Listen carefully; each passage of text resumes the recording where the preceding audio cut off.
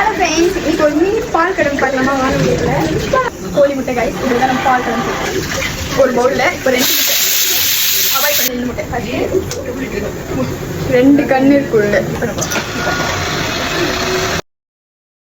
நல்லா பீட் ஆகும் கைஸ். இது 2.5 கப். இது வந்து 1/2. இது வந்து இப்போ வந்து 2.5 கப் போட்டிருக்கோம். இது நல்லா பீட் பண்ணும். நீங்க என்ன கொஞ்சம் கொஞ்சமா கூட போடுங்க. நான் ஒரே ஒரு ஃபுல்லா போட்டேன். நீங்க கொஞ்சம் கொஞ்சமா போட்டு நல்லா பீட் பண்ணும். இது ஒயிட் ஆகும் நல்லா.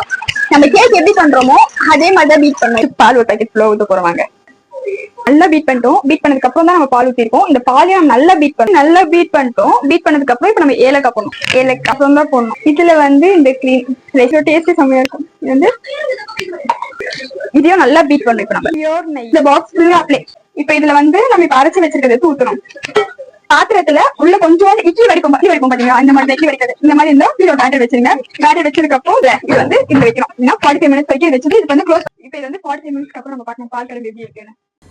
1 ஹவருக்கு அப்புறம் எப்படி பண்ணலாம். இது வந்து 24 ஹவர்ஸ் ஃப்ரீசர் வைக்கலாம். ஃப்ரீசர் வச்சதுக்கு அப்புறம் நான் டேஸ்ட் பண்ணலாம்.